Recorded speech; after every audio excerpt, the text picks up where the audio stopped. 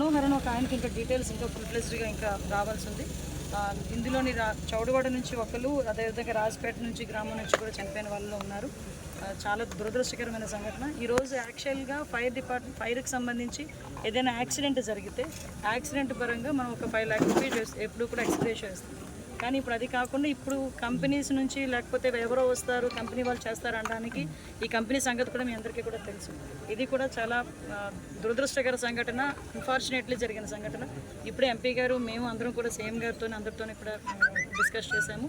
అదేవిధంగా గౌరవ deputy CM గారు కూడా ఈ సంఘటన మీద ఆరా తీయడం జరిగింది, మాకు ఫోన్ చేసి ఆరా తీయడం జరిగింది.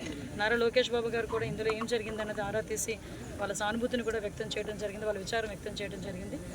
ఇప్పుడు గవర్నమెంట్ నుంచి కూడా ప్రతి కుటుంబానికి కూడా 15 లక్షల రూపాయలు, అంటే రెగ్యులర్గా ఇచ్చేదానికన్నా ఒక 3 టైమ్స్ ఎక్స్ట్రా 15 లక్షల రూపాయలు ఈరోజు ఎక్స్గ్రేషియా ఇవ్వడానికి కూడా గవర్నమెంట్ సిద్ధపడింది. మొత్తం దీంట్లో ఎంతమంది పని చేస్తున్నారండి? యాక్చువల్గా నేను ఇక్కడ చాలామంది ఇక్కడ ఆల్రెడీ 2-3 ఈ రోజు ఆబ్సెంట్ అయిన వాళ్ళు ఇక్కడికి వచ్చారు మాట్లాడడానికి. వాళ్ళతో నేను మాట్లాడితే ప్రతిరోజు కంపల్సరీగా 15 మంది వర్క్ చేస్తారంట.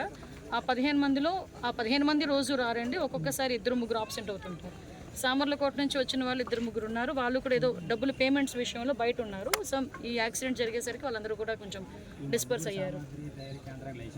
లైసెన్స్ 26 సంవత్సరం వరకు లైసెన్స్ ఉందండి, లైసెన్స్ అయితే ఉంది. మనం జనరల్గా చూస్తే ఆ ఫైర్ వర్క్స్కి మళ్ళీ ఫైర్కి ఎక్కడ ఇబ్బంది రాకుండా చూసుకునే యంత్రాలు అన్నీ కూడా కనిపిస్తున్నాయి ప్రాథమికంగా. అయితే దానికి కూడా ఇంకొంచెం డీటెయిల్గా కూడా ఎంక్వైరీ చేస్తారు. లిమిట్స్ ప్రకారం చేస్తున్నారు, లేకపోతే లిమిట్స్ దాటి ఆ లిమిట్స్ ప్రకారం చేస్తున్నారు, దాటి చేస్తున్నారు అన్నది ఇన్ఫర్మేషన్ మాకు మన విచారణ జరుగుతుందండి. విచారణ కూడా చాలా ట్రాన్స్పరెంట్గా జరుగుతుంది.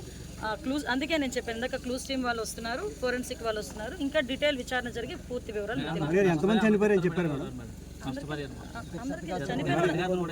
క్షతగాత్రులకి ఇప్పుడు మెరుగైన వైద్య ఖర్చులన్నీ కూడా గవర్నమెంటే భరుస్తుంది. తర్వాత మేము అనౌన్స్ చేస్తాం.